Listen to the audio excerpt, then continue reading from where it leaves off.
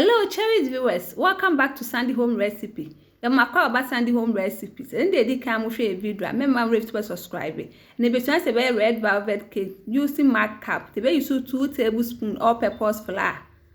Now I there 1 teaspoon unsweetened cocoa powder, half teaspoon baking powder, 1/4 teaspoon salt, 1 teaspoon sugar. Now the one mixing that together. One mixer, now the 4 teaspoon milk. There, we are now the 1 tablespoon melted butter. Now the 1/4 teaspoon vanilla, 1/4 teaspoon food color red. Now for the one we together. Please remember to hit the bell icon to get new video you post. 1/4 teaspoon vinegar. And today we are not going to afra. We are not going to microwave for 2 minutes. After 2 minutes, no way. Now I then.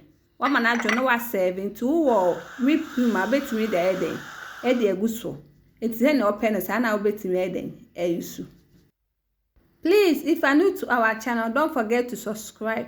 Sending the can hear video, my room so subscribe. Now I share, now I like it. Now this is our red velvet cake. Please like this video and subscribe to our channel.